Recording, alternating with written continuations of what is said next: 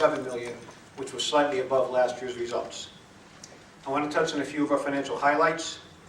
We were one of the few hospitals in the state of Connecticut to fully implement an electronic medical record system. A large financial benefit from the implementation of that system allowed us to take advantage of federal and state grants that increased our operating revenues in 2011 and also helped us pay for the new system.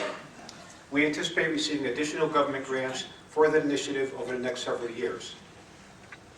A concerted effort by management that included formation of a length of stay committee allowed us to considerably reduce our inpatient medical surgical days and medical surgical length of stay, resulting in a positive impact on our revenues as well.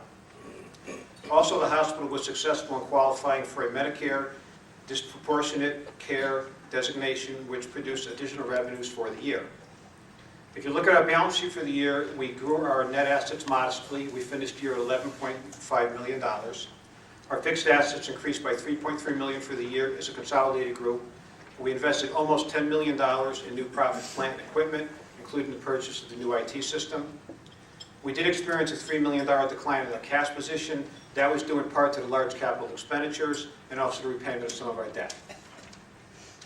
I'd like to comment a bit on the financial statements, the operating statements, and I'll start with the hospital. As I previously mentioned, the hospital produced its largest bottom line results since 2007. Our net patient service revenues were lower by 1.6% in 2011. Our total operating revenues were comparable year over year.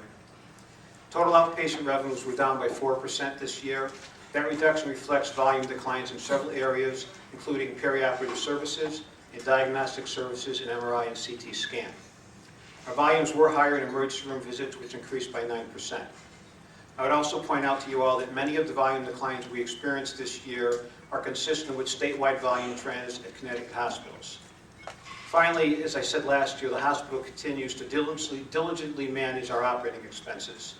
Those efforts are reflected this year in growth of just 0.7% in total expenses, whereas the national CPI for hospital expenses was up by 4.9% for the year.